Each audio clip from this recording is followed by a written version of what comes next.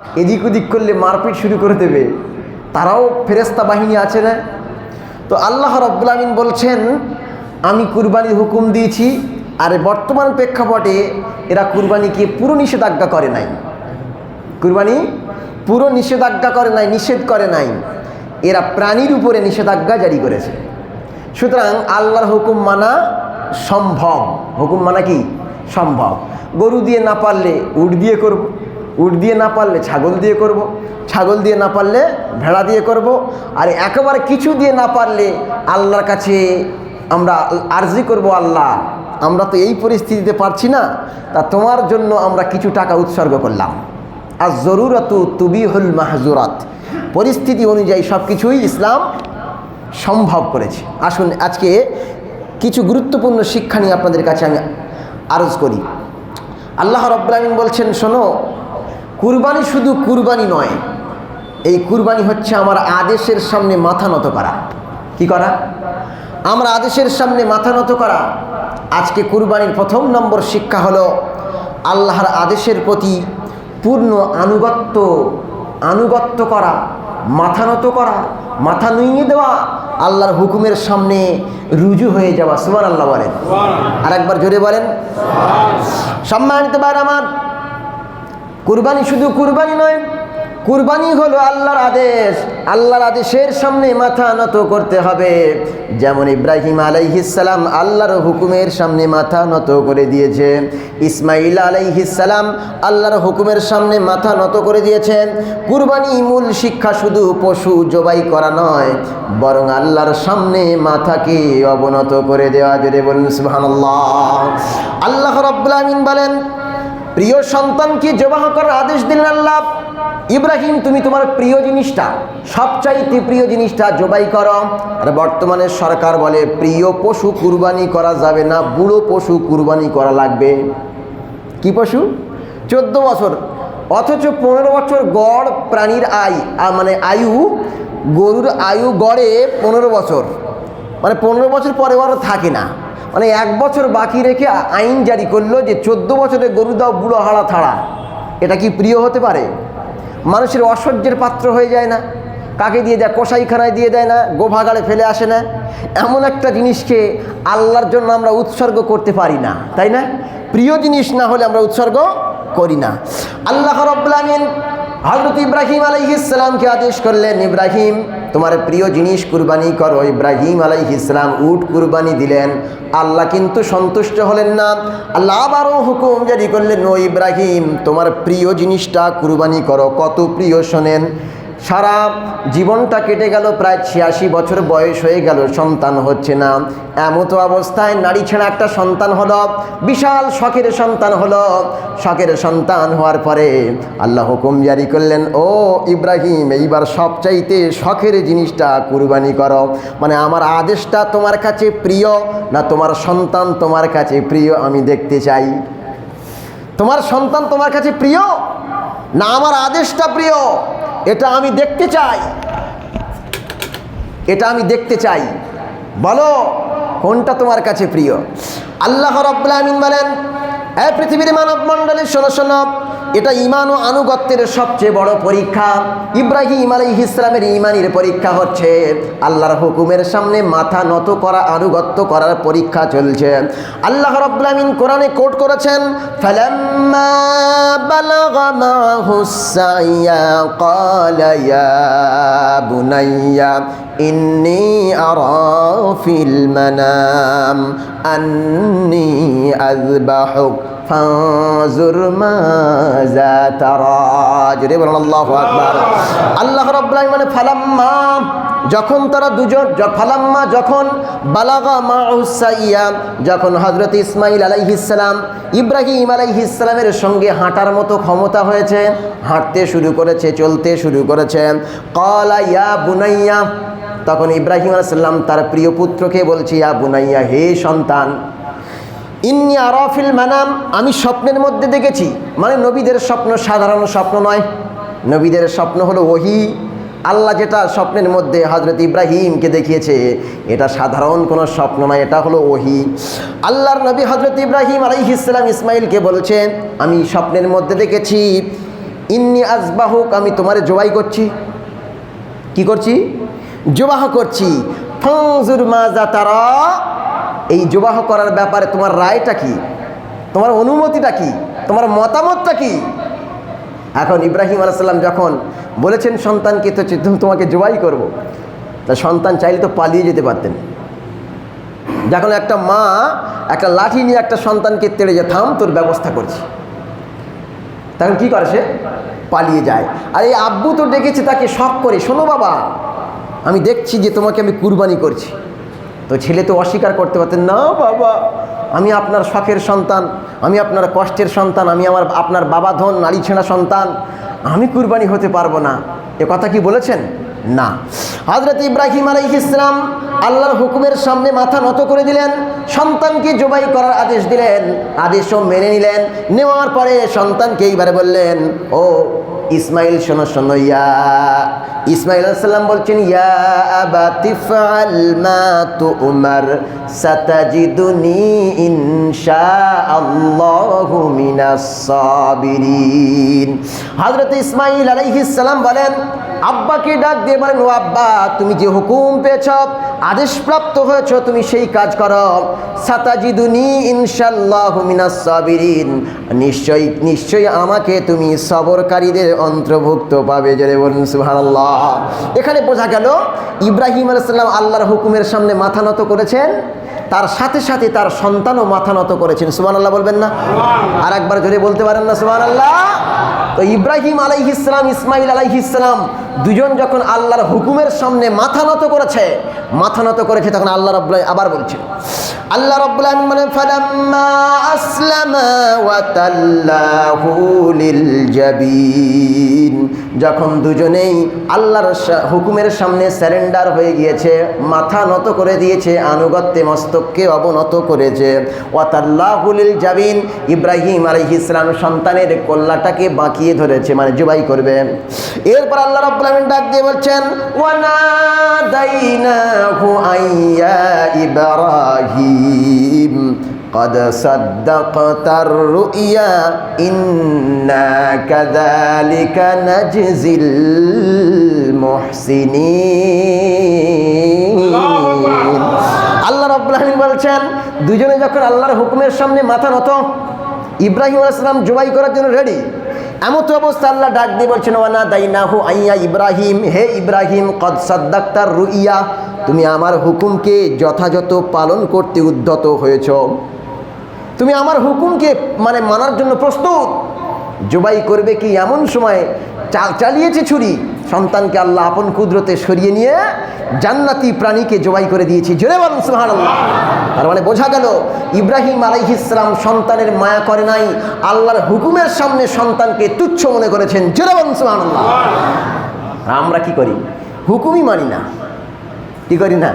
হুকুমই মানি না। এবার আল্লাহ কি বলছেন, ইন্না কাযালিকা নাজজিল মুহসিনিন, ওটা শুধু ইব্রাহিম আলাইহিস সালামের জন্য নয়, ইন্না কাযালিকা নাজজিল মুহসিনিন, যারা সৎ কর্মশীল, যারা ভালো মানুষ, তারাও যদি এইভাবে কুরবানি করে, আমি তাদেরকেও আমি আল্লাহ পুরস্কার দিয়ে ধন্য করব। জোরে বলুন সুবহানাল্লাহ। এইভাবে পুরস্কার তাদের দেব। এইবার এর থেকে কি হলো, কি দাঁড়ালো? এইবার বক্তব্যটা শুনুন। এখান থেকে যুক্তি হলো কি, কেউ যদি দাবি করে যে আমি আল্লাহকে ভালোবাসি, কি করে? আমি আল্লাহকে ভালোবাসি, কিন্তু আল্লাহর আদেশ একদিকে আর নিজের ইচ্ছা আর একদিকে, আল্লাহর আদেশ আনুগত্য একদিকে আর নিজের ইচ্ছা অনুভূতি অহংকার সব কিছুকে একদিকে, দুটো যখন সংঘর্ষ হয় তখন আমরা কি করি? নিজের ইচ্ছাকেই বেশি প্রাধান্য দিই। কি করি? মনে করুন ফজরের সময় মুয়াজ্জিন ডাক দিয়েছে, আসসালাতু খায়রুম মিনান নাম, শুনতে পেয়েছি, আল্লাহর হুকুম, আল্লাহর আদেশ, নামাজ পড়তে হবে। আর এদিকে আমি মনে মনে ইচ্ছা করলাম, দূর, এত ঠান্ডায় কি আর যাওয়া যায়? আমার ইচ্ছা শক্তিকে আগে নিয়ে আসলাম, আল্লাহর হুকুমকে দূরে রাখলাম। সত্যি কি আমি আল্লাহর আদেশকে মানি? কথা বলে না। আল্লাহর আদেশকে কি সত্যিই মানি? না, মানি না। কারণ আমরা শুধু মুখে বলি যে আমরা মুসলমান, কিন্তু আল্লাহর হুকুমের সামনে আমরা মাথা নত করি না, আমার ইচ্ছাকে আগে রাখি। আল্লাহর হুকুমের চেয়ে আমার ইচ্ছা আগে। তাই যদি না হতো তাহলে মসজিদে যখন নামাজ হয় তখন বাইক নিয়ে এখান থেকে পার হয় কি করে? তার মানে আল্লাহর আদেশকে ভুরুক্ষেপ না করে নিজের ইচ্ছায় বাঁকড়ায় চলে যায়। কোথায় চলে যায়? অন্যান্য জায়গায় যায়, হাটে যায়, মাঠে যায়, ঘাটে যায়, কিন্তু আল্লাহর হুকুমকে বুড়ি আঙুল দেখিয়ে চলে যায়। মানে আল্লাহর হুকুমের চাইতে আমার ইচ্ছা শক্তিকে আগে রেখেছি। এইবারে শুনুন, বাস্তবতা হলো এই, কোনো ছাত্র যদি শিক্ষকের কথা না শোনে সেই ছাত্র কি শিক্ষকের প্রিয় পাত্র হতে পারবে নাকি? পারবে না। আবার যদি কোনো সৈনিক তার কমান্ডারের কথা না শোনে, ওই সৈনিক কি কমান্ডারের প্রিয় পাত্র হতে পারবে কি না? কোনো রুগী যদি ডাক্তারের কথা না শুনে, কথা যদি মান্যতা না দেয়, তাহলে কি সুস্থ হতে পারবে নাকি? যেমন একজন ছাত্র শিক্ষকের কথা না শুনলে ভালো হতে পারে না, যেমন একজন সৈন্য কমান্ডারের কথা না শুনে সে ভালো হতে পারে না, যেমন ডাক্তারের কথা একজন রোগী না শুনলে সে সুস্থ হতে পারে না। আল্লাহ রাব্বুল আলামিন বলেন, এ পৃথিবীর মানব মণ্ডলী শোনো, ঠিক তেমন একজন বান্দা আল্লাহর আদেশকে অগ্রাধিকার না দিয়ে নিজের ইচ্ছাকে যদি সামনে রাখে, ও বান্দা কোনোদিন বান্দা হতে পারে না।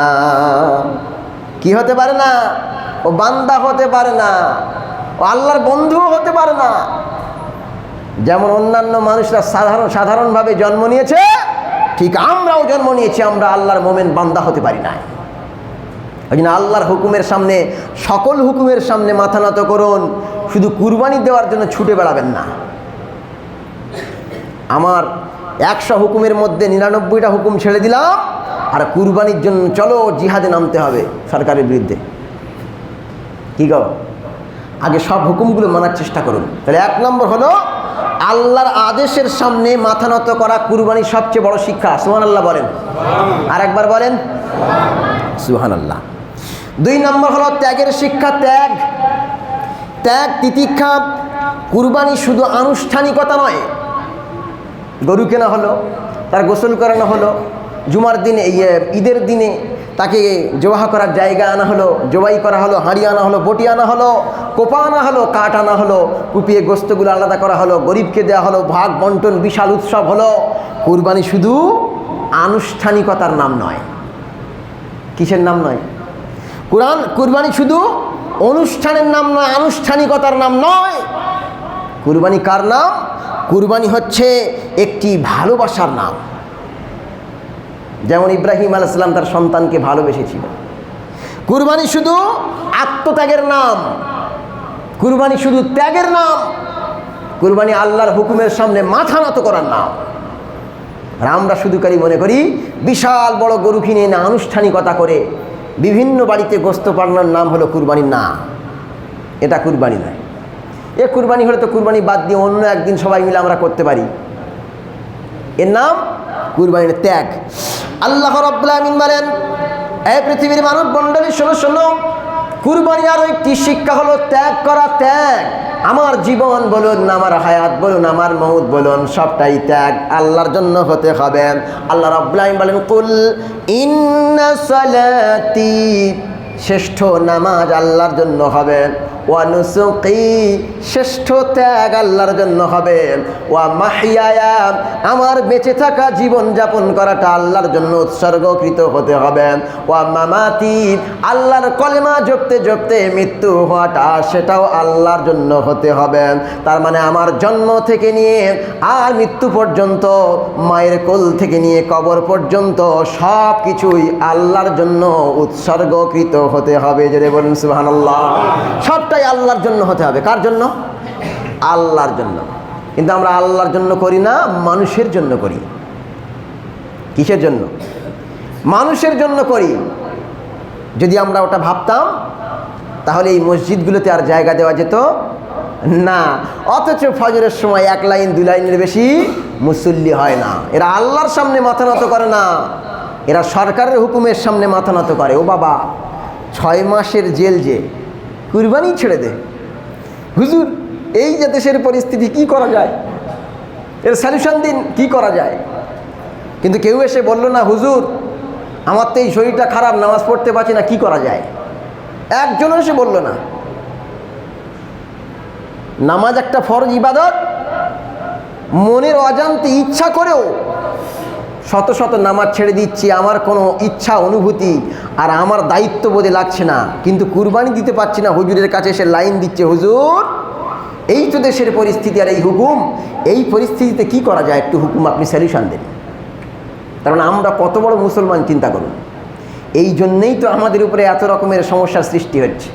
এর আগের সপ্তাহে বলেছিলাম যে আমরা হব সংখ্যায় বেশি, কিন্তু আমাদের শক্তি সামর্থ্য আর ঈমান থাকবে না। ওই সমুদ্রের ফেনার মতো আমাদের সংখ্যা থাকবে, কিন্তু তার স্থায়িত্ব, তার শক্তি, তার সামর্থ্য কিছুই থাকবে না। শুধু সংখ্যায় বেড়েছি আমরা গরু ছাগলের মতো। কি কবি নজরুল বলেছিলেন, কি বলেছিলেন? সংখ্যায় বেড়েছি আমরা শুধু গরু ছাগলের মতো।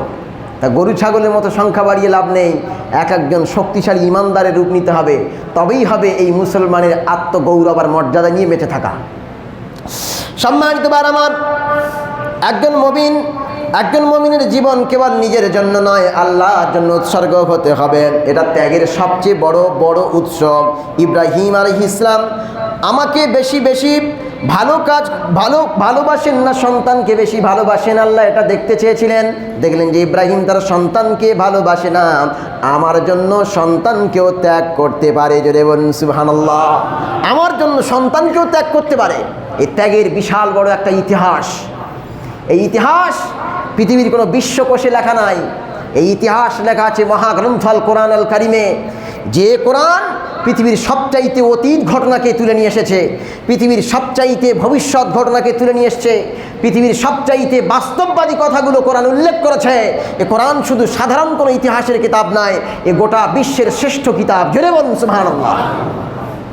ত্যাগ, এই ত্যাগ আল্লাহর জন্য হতে হবে, তাহলে ঈমান পরিপূর্ণ হবে। 3 নম্বর হলো যে গরিব এবং অসহায়ের পাশে দাঁড়ানো। কিসের পাশে দাঁড়ানো? গরিব এবং অসহায়ের পাশে দাঁড়ানো। সবটার মধ্যে ত্যাগ আছে, কিন্তু গরিব এবং অসহায়ের পাশে দাঁড়ানো সম্পদ দিয়ে ত্যাগ করা। এখন যাকে বেশি ভালোবাসেন তার জন্য তো বেশি ত্যাগ করতে লাগে না? আরে কথা বলে না।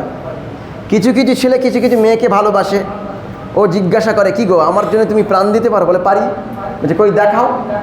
তা বলে এবারে একটা পাখার উপরে দড়ি দিয়ে আর নিজে ঝুলে দেখাচ্ছে, মানে ও প্রমাণ দিচ্ছে।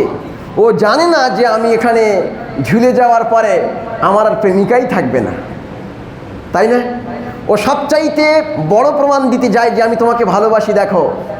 কিন্তু আল্লাহর জন্য যদি ভালোবাসাটা হতো, মরে যাওয়ার পরে তার স্থান কোথায় হতো? জান্নাতে হতো। আর এ যে মানুষের জন্য ভালোবাসা দেখিয়ে ত্যাগ করতে গিয়েছিল জীবনটা, এ কোথায় যেত? আল্লাহর জেলখানায় যেত। সম্মানিত ভাইরা, ত্যাগ, একটা মা তার সন্তানের জন্য ত্যাগ করে। ঘুম ত্যাগ করে না, রাত 12টায় উঠে কান্নাকাটি করে, উঠে আবার দুধ দেয়। আবার কি করে? ছাত্র তার সফলতার জন্য অলসতা ত্যাগ করে। এই যারা ছাত্র এখানে বসে আছে, এই ছাত্রদের জন্য মেসেজ হলো, তোমরা যদি সফল হতে চাও, সফলতার মানদণ্ডে দাঁড়াতে চাও, তাহলে তোমাদের অলসতা ত্যাগ করতে হবে। ত্যাগ। আবার দেখুন, একজন সৈনিক দেশের জন্য ত্যাগ করে, তার জীবনকে উৎসর্গ করার জন্য প্রস্তুত থাকে। এমনই ত্যাগ যদি আমাদের আল্লাহর জন্য হয়, তাহলে আমরা পূর্ণ মুসলমান। আর যদি আমাদের আল্লাহর জন্য ত্যাগ না হয়, মানুষের জন্য হয়, তাহলে আমরা পূর্ণ মুসলমান হতে পারলাম না। আল্লাহ রাব্বুল আলামিন বলেন, 3 নম্বর শিক্ষা হলো গরিব মানুষের, অসহায় মানুষের, দরিদ্র মানুষের পাশে দাঁড়ানো, তাদেরকে খাদ্যের ব্যবস্থা করা। এই ঈদের দিনে কেউ 5 তলায় থাকবে, কেউ গাছতলায় থাকবে, কেউ আবার কি করবে? ক্ষুধার্ত থাকবে, অভুক্ত থাকবে, আর কেউ পরিতৃপ্ত থাকবে। এটা হবে না। কেউ আবার ঈদের দিনে আনন্দ উপভোগ করবে, আবার কেউ এই দিনে আপনার দুঃখে ভেসে যাবে। এটা হতে পারে না। ঈদের আনন্দ সমান ভাগে বিভক্ত হওয়া দরকার। এর জন্য আল্লাহ রাব্বুল আলামিন বলেন, ঈদের দিনে যে কুরবানি হয়, এই কুরবানির প্রাণীর গোশত যে কুরবানি করে সে শুধু খাবে না, গরিব মানুষদেরকেও খাওয়াবে। জোরে বলুন সুবহানাল্লাহ। আল্লাহ রাব্বুল আলামিন বলেন, ফাকুলু মিনহা ওয়া আতঈমুল বাঈসা ওয়াল ফাকির। রাব্বুল আলামিন আল্লাহ বলেন, ফাকুলু মিনহা, তোমরা খাও, ওয়া আতঈমু, এবং খাওয়াও কাদেরকে? আল বাঈসা, অভাবীকে, আল ফাকির, এবং ফকিরকে, অসহায়কে। মানে ফকির, অসহায়, অভাবীকে খাদ্য দেওয়ার নামই হলো কুরবানি। জোরে বলুন সুবহানাল্লাহ। হ্যাঁ, খাদ্য দেওয়ার নাম কি? কুরবানি। এই যে গত বছর আমি দেখলাম যে অনেক গরিব মানুষেরা দেখবেন প্রতি বাড়িতে বাড়িতে যাচ্ছে, গোস্ত নেওয়ার জন্য যাচ্ছে না, কিন্তু এবছর কম দেখতে পাবেন। কেন বলুন তো? সরকারি যে আদেশ, গরু তো জবাই করা যাচ্ছে না, আর গরুর গোশ নিয়ে যাওয়া তো আরও কঠিন। আগে আমি যখন যেতাম ট্রেনে করে, দেখতেন যে ট্রেনে রস পড়ছে, কেউ কেউ মাথায় গোশ নিয়ে আছে, তার মাথা থেকে ঝরে ঝরে গায়ে পড়ছে, ওইভাবেই আছে। আর বিভিন্ন ধর্মের মানুষেরা শুধু নাক ছিটকাচ্ছে, একবার এদিকে একবার ওদিকে, কারণ সেই ট্রেনের ভিতরে তো 99% মুসলিম, ওখানে তো কেউ কারো কিছু বলতে পারছে না। তো এগুলো একটা অপছন্দনীয়।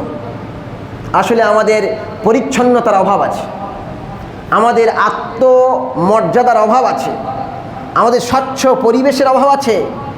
এই জন্য একটা ট্রেনে যখন ওই খাবার নিয়ে যাচ্ছে, গোটা ট্রেনে রস ভর্তি, কারো গায়ে পড়ছে, কারো হিন্দু লোকের গায়ে পড়ছে, খ্রিস্টানের গায়ে পড়ছে, তারাও নাক ছিটকাচ্ছে, কিছু বলতেও পারছে না। এগুলো গরিব মানুষকে খাদ্য দিয়ে যেন এরকম করবেন না, খাদ্য দেবেন সেফটিভাবে নিয়ে যাবেন। এখানে আল্লাহ পাক বলছেন, শোনো, তুমি নিজে খাও আর পাশের বাড়ির গরিবকে দাও। কিন্তু অনেকে দেখা যায় যে কুরবানি করার পরে ও বেটা শুধু হলে বড় বড় ফ্রিজ কিনে রেখেছে ভর্তি করে, এবছরের গোস্ত সামনে বছরে খেতে খেতে কুরবানি করছে। সুবহানাল্লাহ, নাকি? এবছরের গোস্ত সামনে বছর। আমি বললাম, এই গোস্ত কবেকার? বলছে গত বছর হুজুর রেখে দিয়েছিলাম, আজকে একটু জাল দিয়ে আপনাকে দিয়ে গেলাম। কথা মনে হয় ভুল বললাম নাকি? কথা কি ভুল বললাম? গত বছরের গোস্ত রেখে দেয়, অন্য পাশের বাড়ি 1 সাজের বেশি 2 সাজ হচ্ছে না, আর উনি একবার ডিপ ফ্রিজ 4টে কিনে রেখেছে, রেখে গোটা গরুর রান ধরে আর ভেতর ঢুকিয়ে রেখেছে। আল্লাহ রাব্বুল আলামিন আবার অন্য জায়গায় বলেন, ফাকুলু মিনহা ওয়া আতইমুল কানিয়া ওয়াল মুতাররাম। আল্লাহ রাব্বুল আলামিন বলেন, তুমি নিজে খাও আর মানুষকে, অভাবীদেরকে খাওয়াও, আর কাদেরকে? সাহায্য প্রার্থনাকারীদেরকে খাওয়াও। মানে গরিব, অসহায়, দরিদ্র, অভাবীদেরকে খাদ্য দান করো।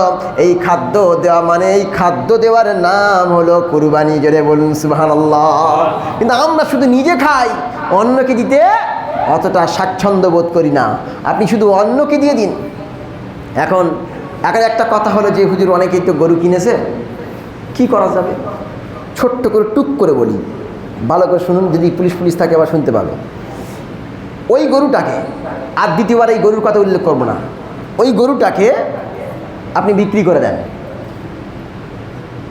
সে জবাই করে হোক, যে কোনো অবস্থায় হোক, বিক্রি করে যে টাকা হবে ওই টাকা আপনি 1 টাকাও নিতে পারবেন না। ওই টাকা আপনি 1 টাকাও নিতে পারবেন না। ওই টাকার মধ্যে থেকে যতজনের ওয়াজিব আপনাদের বাড়িতে কুরবানি, ততজনের জন্য ছাগল কিনবেন, ছাগল কিনে কুরবানি করবেন। আর যদি একজনের জন্য ওয়াজিব হয় বিশাল গরু কেনে, মনে করুন 80,000 টাকা, তাহলে ও কিনলো একটা ছাগল কিনলো 20,000 টাকা বা 30,000 টাকা, তাহলে এখনও 50,000 টাকা হাতে আসে। ওই 50,000 টাকা দিয়ে ও আর অন্য কিছু করতে পারবে না, ওকে দান করে দিতে হবে। কী করে দিতে হবে? বলছে হুজুর একটা গরু কিনেছিলাম 70,000 টাকা, তা এখন বিক্রি করেছি ওটা 80,000 টাকা, গোস্ত বিক্রি করে 80,000 টাকা হয়েছে, তো একটা খাসি কিনে নিয়ে এসেছি 20,000 টাকায়, আর কি করব? তাই বললাম 20,000 টাকা যখন খাসি কিনেছো, আরও 60,000 টাকা আপনাকে দান করে দিতে হবে, রাখলে হবে না। কী করলে হবে না? ওটা রাখলে হবে না, ইসলামের কাজে ব্যবহার করতে হবে, ইসলামের জন্য দান করে দিতে হবে, রাখলে চলবে না। কথাটা জরুরি বলে দিলাম। এরপরে শোনেন, এরপরে হলো 4 নম্বর, নফসকে কন্ট্রোল করা। কি করা? কুরবানি মানে নফসকে কন্ট্রোল করা। এবছর 10,000 টাকা দিয়েছিলাম, সামনের বছর 20,000 টাকা দেবো। খুব দরকার আপনার 20,000 টাকা দেওয়া? আমি তো মনে করি বর্তমান সরকার যে গরু কুরবানি বন্ধ করেছে, এই গরু কুরবানি বন্ধ করে শত হাজার কোটি টাকা মুসলমানদের বাঁচিয়েছে। গত বছর আমি হিসাব দিয়েছিলাম যে আমাদের নাশপাড়ায় প্রায় 2 থেকে 3 কোটি টাকা ব্যয় হয়। আমরা যদি এটাকে মৃদু ব্যয়ী হই, অল্প ব্যয় করি, একটা করে খাসি কিনি বা ছোট গরু কিনি, তাহলে আমাদের আরও 2 কোটি টাকা বেঁচে যাবে। এই 2 কোটি টাকা দিয়ে একটা বিশাল বড় বিশ্ববিদ্যালয় চালানো সম্ভব। কিন্তু আমরা শুধু পেট শালা করি। খাসি দিলেই কুরবানি আদায় হয়। বিশাল বড় 9 লক্ষ টাকার বাংলার লোকের মতো কুরবানির গরু কিনে আনার কোনো দরকার নেই। এগুলো অহংকার, অহংবোধ, এগুলো নফসকে কন্ট্রোল না করা। সম্মানিত ভাইরা আমার, আমরা তো বনের পশুকে কুরবানি করি, কিন্তু মনের পশুত্বকে কুরবানি করি না। কুরবানি হাজার বাদ দিলাম, আমার বয়স যখন 90 বছর, তখন আমি প্রায় মনে করুন 60 বছর কুরবানি দিচ্ছি। 60 বছর কুরবানি দেওয়ার পরে আমার অন্তরে কোনো পরিবর্তন হলো না, কোনো ত্যাগ সৃষ্টি হলো না, কোনো আল্লাহ ভীতি সৃষ্টি হলো না। মনের অহংকারকে বার করতে পারলাম না, মনের ভিতরে হিংস্রতাকে বার করতে পারলাম না, মনের ভিতরে থাকা পশুত্বকে বার করতে পারলাম না। এই জন্য কবি সুন্দর করে বলেছে, বনের পশু কুরবানি দেওয়ার আগে মনের পশুত্বকে আগে কুরবানি দিন। মনের পশুত্বকে আগে কুরবানি দিন। আপনার মনটার অন্তরটা যদি স্বচ্ছ হয়, তাহলে অবশ্যই যদি আপনি একটা ছোট্ট খাসি দিয়ে কুরবানি করেন আর আল্লাহ যদি কবুল করেন, এর চাইতে আর বড় কিছু বেনিফিট আপনি পাবেন না। কিন্তু আপনি বিশাল বড় একটা প্রাণী দিলেন, অথচ আল্লাহর কাছে কবুল হলো না, ওর কোনো দাম নেই। সম্মানিত ভাইরা আমার, আল্লাহ রাব্বুল আলামিন নফসকে কন্ট্রোল কর, লোভ থেকে বাঁচা, লোভ থেকে বাঁচা, মানুষের হিংসা থেকে বাঁচা, অহংকার থেকে বাঁচা, অন্তরটাকে স্বচ্ছ আর পবিত্র বানিয়ে নে। আল্লাহ রাব্বুল আলামিন বলেন, ওয়া আম্মা মান খাফা মাকামা রাব্বিহি ওয়া নাহান নাফসা আনিল হাওয়া ফাইন্নাল জান্নাতা হিয়াল মাওয়া। আল্লাহ রাব্বুল আলামিন বলেন, ওয়া আম্মা মান খাফা, যে ব্যক্তি ভয় করেছে, মাকামা রাব্বিহি, আল্লাহর সামনে দাঁড়াতে হবে, এই ভয় যার ভিতরে সৃষ্টি হয়েছে, ওয়া নাহান নাফসা আনিল হাওয়া, আর নিজের মনকে কুপ্রবৃত্তি থেকে বাঁচিয়েছে, অহংকার থেকে বাঁচিয়েছে, লোভ থেকে বাঁচিয়েছে, স্বার্থপরতা থেকে বাঁচিয়েছে, হিংসা, পরনিন্দা, পরচর্চা আর গীবত গিল্লা থেকে বাঁচিয়েছে। আল্লাহ পাক বলছেন, ফাইন্নাল জান্নাতা হিয়াল মাওয়া, মনে রেখো জান্নাত হলো তার আবাস স্থল। জোরে বলুন সুবহানাল্লাহ। যে ব্যক্তি মনকে পবিত্র করতে পেরেছে, মনকে কুপ্রবৃত্তি থেকে বাঁচাতে পেরেছে, এই ব্যক্তির জন্য আল্লাহ বলছে জান্নাত। কিন্তু আমরা তো কুরবানি করে জান্নাত খুঁজতে যাচ্ছি মনের ভিতরে কুপ্রবৃত্তি রেখে।